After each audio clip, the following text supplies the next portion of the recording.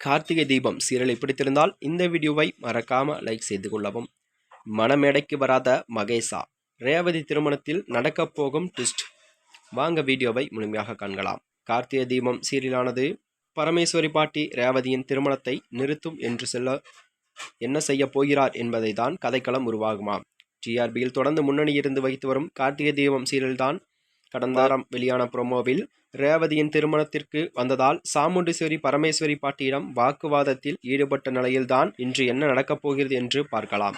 ரேவதி பாட்டியை ராஜராஜன் மற்றும் மயில்வாகனம் ஆகியோர் கார்த்திக்கு ஏதாவது செய்ய திருமணம் செய்து வைத்துவிட வேண்டும் என என்னும் நிலையில்தான் கார்த்திக் அவர்கள் மூவரிடம் எனக்கு ரேவதியை திருமணம் செய்து கொள்ள வேண்டும் என்பதில் உடன்பாடு இல்லை என்றும், ஆனால் எப்படியாவது இந்த திருமணத்தை நிறுத்தி அவங்க வாழ்க்கையை காப்பாற்றணும் தான் நினைக்கிறேன் என சொல்லிவிட்டு அந்த அறையிலிருந்து வெளியேறுகிறாராம். இதை கேட்டு அழுத்துக்கொள்ளும் பாட்டி, இனிமே நாம அவனோட கல்யாண விஷயம் பத்தி எது பேசினாலும் கார்த்தி இருக்கும்போது மட்டும் பேச வேண்டாம் என கூறுகிறாராம். திருமணத்தை எப்படி நிறுத்துவது என ராஜராஜன் கேட்ட பரமேஸ்வரி பாட்டி, பொண்ணு மாப்பிள்ளைக்கும் புது துணி கொடுக்கணும், அதுக்கு மகேஷ் வரக்கூடாது என திட்டம் போடதான் சாமுண்டேஸ்வரியோட இன்னொரு பிளானினும் உள்ளானாராம். பின்னர் ரேவதியை கூப்பிட்டு புடவை கொடுக்க அவளும் சந்தோஷமாக வாங்கி கொண்டு புடவையை மாற்றச் செல்ல மணமகள் அறைக்கு செல்கிறாராம். மறுபக்கம் அருண் மகேஷிடம் வந்து மாயா கூப்பிட்டதாக சொல்லி அழைத்து அவனை எதிர்பார்த்த விதமாக சமயத்தில் ரூமுக்குள் அடைக்கிறாராம். இதனால் மகேஷ் மேடைக்கு வராத காரணத்தால் பாட்டி என் பேரனை கூப்பிடவா என்று சாமுண்டீஸ்வரி கேள்வி